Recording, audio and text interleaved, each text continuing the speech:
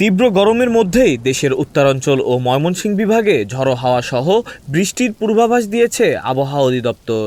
শনিবার ভোরে অভ্যন্তরীণ নদীবন্দরগুলোর জন্য দেওয়া এক বিশেষ সতর্কবার্তায় জানানো হয়, দুপুর 1টার মধ্যে রংপুর ও ময়মনসিংহ অঞ্চলের ওপর দিয়ে পশ্চিম বা উত্তর পশ্চিম দিক থেকে ঘন্টায় 45 থেকে 60 কিলোমিটার বেগে দমকা বা ঝড়ো হাওয়া সহ বৃষ্টি কিংবা বজ্রবৃষ্টি হতে পারে। এ কারণে সংশ্লিষ্ট এলাকার নদীবন্দরগুলোকে 1 নম্বর সতর্ক সংকেত দেখাতে বলা হয়েছে। এদিকে শুক্রবার সন্ধ্যা থেকে পরবর্তী 120 ঘন্টার পূর্বাভাসে বলা হয়েছে, লঘুচাপের বর্ধিতাংশ পশ্চিমবঙ্গ থেকে উত্তর বঙ্গোপসাগর পর্যন্ত বিস্তৃত রয়েছে। এর প্রভাবে আগামী কয়েকদিন দেশের বিভিন্ন স্থানে বৃষ্টি ও শিলাবৃষ্টির সম্ভাবনা রয়েছে।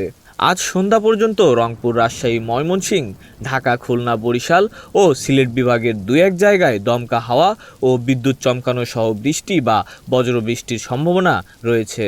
কোথাও কোথাও বিক্ষিপ্তভাবে শিলাবৃষ্টিও হতে পারে।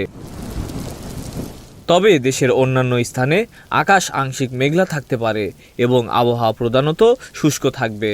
সারা দেশে দিন ও রাতের তাপমাত্রা প্রায় অপরিবর্তিত থাকতে পারে। বর্তমানে ঢাকাসহ মাদারীপুর, গোপালগঞ্জ, রাজশাহী, পাবনা, সিরাজগঞ্জ, পটুয়াখালী, রাঙামাটি, বান্দরবন, লক্ষ্মীপুর ও ফেনী জেলাসহ খুলনা বিভাগের উপর দিয়ে মৃদু তাপপ্রবাহ বয়ে যাচ্ছে, যা আরও কিছুদিন অব্যাহত থাকতে পারে বলে জানিয়েছে আবহাওয়া office. Text report, news flash 71।